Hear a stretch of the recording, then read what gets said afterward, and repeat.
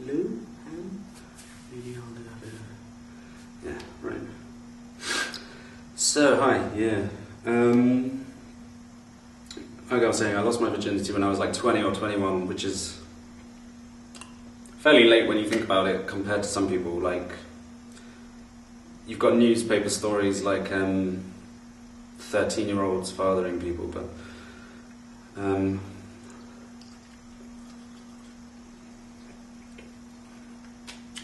it's quite late, but I mean,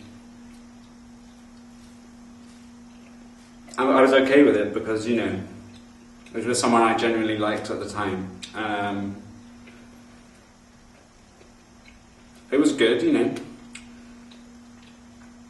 because I had been sort of waiting up until that point, really.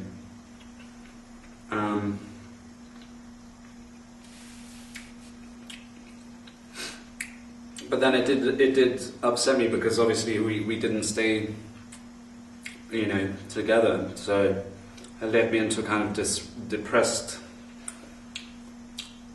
part of my life, which is unfortunate. But what doesn't kill you makes you stronger. But it brought up all the feelings of, you know, how do you know how attractive you are to other people? Because they don't always, you know, come up to you in the street and say, I really fancy you. I don't think anyone's ever said they really fancy me in real life, really. So, it's a bit sad.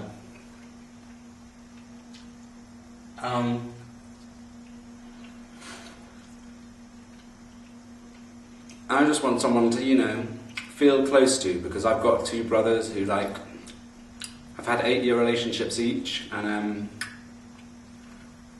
loads of my friends have had boyfriends and girlfriends for years, and it just seems like I've been left behind, the ugly duckling, or something like that.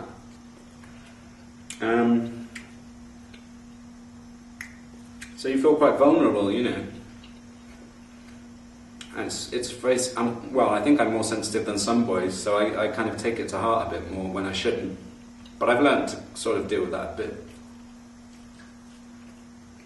I try to think of it as like, it's not that no one fancies me, it's just that I haven't found them yet. It's the only way you can look at it, really. Otherwise it does just make you depressed. Not that it's the be-all and end-all. I'm quite happy being single at the moment. You know, things are going good. But at the same time, I'd love to meet someone. It's just easier said than done.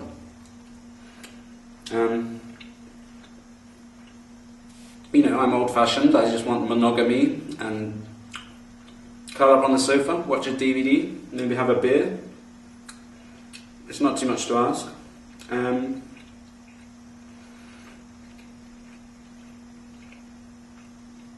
But it seems to be eluding me quite well. I suppose another point is I don't really know where to look. Like, if you go to clubs, it seems like, number one, you can't hear what anyone's saying. Number two, most people probably don't expect to meet anyone in a club. And number three, some of the people that do expect to meet people in a club will just want no strings attached fun, you know. And I've never really been one for the no strings attached fun. But then there's the problem with me, sometimes I think I attach too many strings too quickly, so that also scares boys away. I think that's what's happened in the past, actually. Too full on and a bit clingy. And so, we've all got our own faults. Some people are just unemotional retards, but yeah, the clingy thing's not good, no one wants that. So I've tempered that down, but still, having no luck. And so I just feel a bit undesirable sometimes, you know.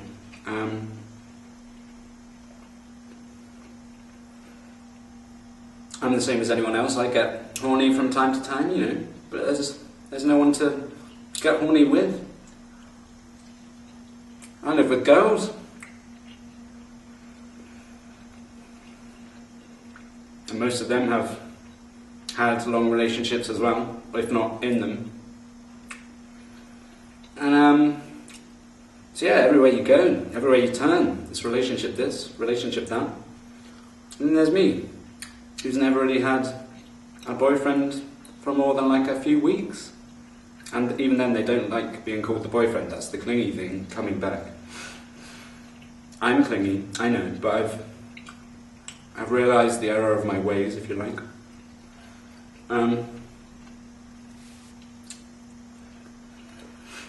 I suppose it all just boils down to it being quite rare for you to find someone that gets along with you anyway. The number of divorces these days, you know, it obviously doesn't work out for quite a lot of people. So I suppose in one way it's better that I'm being,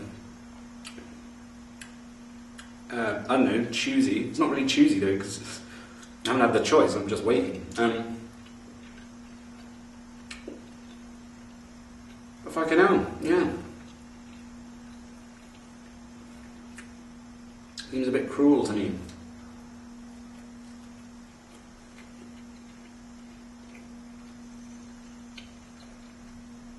I don't think I'm like that offensive to look at. And I like to think I'm funny at least some of the time. And I give a great cuddle and a nice back massage. And here I am, Singleton McSingleton.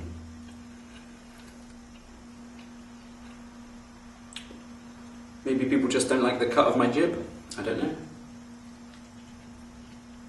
If a person did have a jib, where would the jib be? Which part's my jib? I need to know what to work on.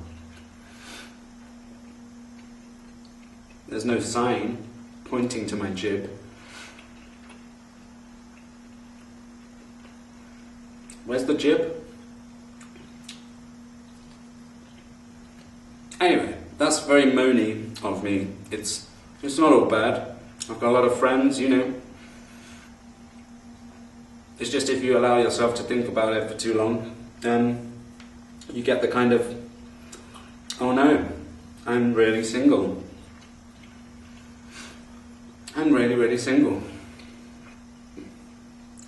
It gets you down. I've got love to give, you know.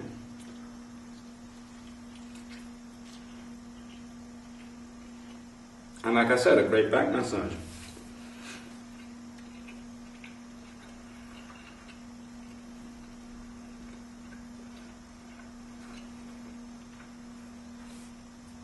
I've tried the internet, you know, thinking, oh, I must be one of those desperate sad sacks. You can't meet someone in real life, so I'll try the internet. Even on there, people aren't interested. I scare them away. How would you do that? They don't even see you. And yet, I repel them with vigour. I don't know, man.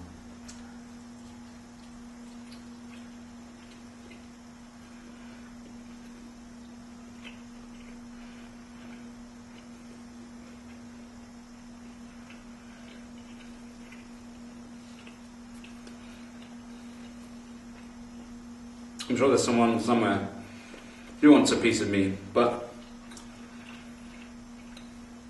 in a big city it seems more difficult, if anything. I would just resign myself to celibacy, maybe. Just live in a house of multiple cats and just drink herbal tea by myself. That'll be nice.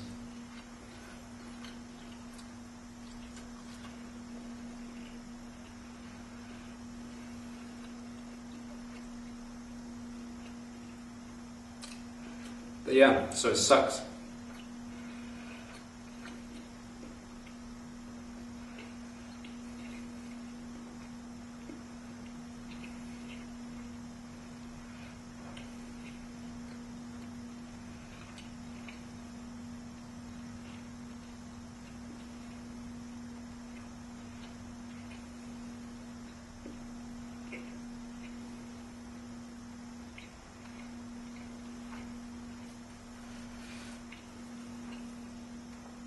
There'll be someone, but it's difficult, isn't it? Because I can't predict when, where, who.